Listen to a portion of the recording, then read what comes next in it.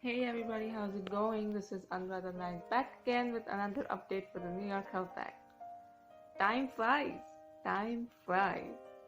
Um, so let's get straight into it.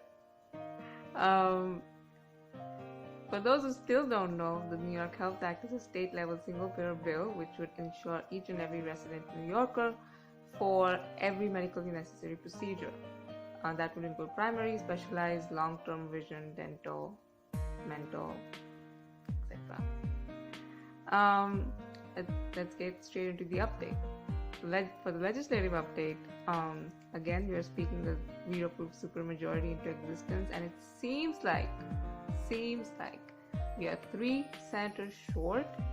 Congratulations to Samra for Senate and Michelle Hinchley, who were progressive women who grabbed victory today. Cannot wait to see what you accomplish and how you help pass the New York Health Act, because the entire point of these updates are to make sure that people can go to the hospital in peace. New York is, again, couldn't be closer to guaranteeing healthcare for each and every resident New Yorker. So this is a massive step in the right direction, and we certainly have to do everything we can to push it forward again, so that patients can go to the hospital in peace. For the policy update, I always say I'm not a policy wonk and I don't really get into too much of it, but this is why people need to follow my friend Katy Cecen at @Brooklyn_grows. She had a teach-in yesterday, and from the follow-up of that teach-in, she says that the window we have to submit recommendations to improve the New York Health Act for birth workers, since she's a birth worker, is rapidly closing.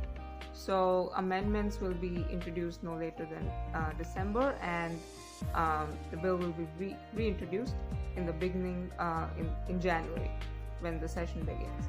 So she has 2 videos where she explains the entire process, what's included in the New York Health Act in detail, and I'll leave links to that below. Feel free to follow her if you want updates on the policy itself. She's very thorough on the policy, much more than me, so I can confidently point you to her direction. She's a birth worker, and she organizes birth workers to help pass the New York Health Act. Now, for the community update, which is my favorite part of the update, because if the community moves, the legislation certainly moves. Okay.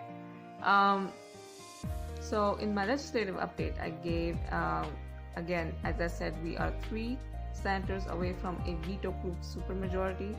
So this is extremely exciting, but we need to make sure that we are doing the most with it. So I am going to make sure that I get you guys all of their accounts, their Twitter accounts, their IG handles, whatever, their Facebook handles, so that we can tag them and make sure that they know from the beginning that this is what needs to happen. The earlier the better. I know that I've mentioned this event a lot of times, that on 21st November, Jabari Brisport and Farah Sufran Forrest will be hosting a New York Health Act virtual town hall. So there are some senators who are proactive, who host teach-ins, who host events to make sure that their community members know what's at stake. And if the community doesn't make noise, it's very, very hard to make the legislation move in the community's favor. So there are a lot of senators who do this proactively, and we need to get in touch with all of them and ask them what they are going to do proactively to make sure that the New York Health Act passes, because there's just no other way this is going to happen.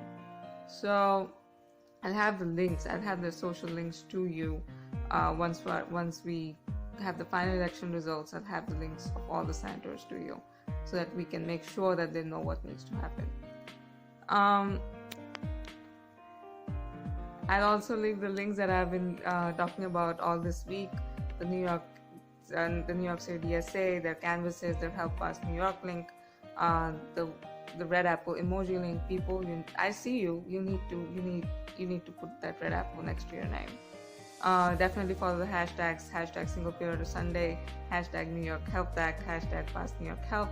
And obviously I'll also leave a link to the accounts for upstate and Long Island, because we certainly need much more engagement there.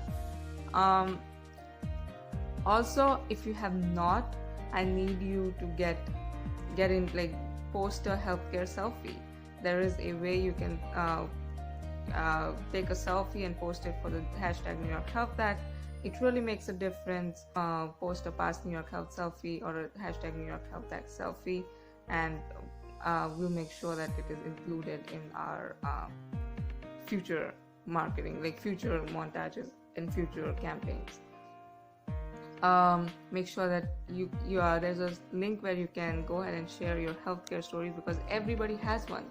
We live in a for-profit healthcare system, so everybody has a story where they have put off so many major events in their life because of the constant anxiety of what will I do if I need to go to the hospital. So feel free to share your story. Part of the community update is the event recap, and event recaps and new events. So this week we had quite a few events from the organizations I love. So we had the PNHP forum. I'll have the recap link in the description. We also had the we also had my friend Brooklyn Groves, Katy Cecen, host a teach-in for birth workers. I'll leave the links to part 1 and part 2 there. And obviously tomorrow, November 21st, 2 to 4 p.m. EST, we have a virtual New York Health Act Town Hall with Senator-elect Jabari Brisport and Assemblywoman Farah Sufran Forrest. I did it. I said her name. Make sure that you go ahead and register for that event, and make sure that you show out, and post the event as well, so that everybody knows that this needs to happen. Just be as loud as possible. Okay. So, last but not least, the editorial/media update. There are again 3 tweets I have. One is to promote tomorrow's virtual town hall. The other one is by Dr. Katz from PNHP New York Metro, where he discusses what the for-profit system does to doctors and how it basically disables the doctors from treating their patients. And the last one is a photo by the amazing Julie Wegner. She always posts like the New York Health Act photo of the day, and this is a photo of an immigrant child. And it really brings into perspective that even children understand the importance of being able to go to the hospital in peace. So yeah, other than that, I'll also leave a whole long list of accounts that people need to follow, and I hope that you all follow them and make sure that you're caught up on all the updates, because I might not always have the most current information or the best information, and I want people to get it. So yeah, that's really it. I also want to do like a random shout out to my best friend, Ruth Lee. Hi. She actually gave me this lipstick when I first came here, and this is the one I'm wearing. I used to wear it every day when I stepped out of the house. She's the reason why I'm able to do any of this. She's the one to blame.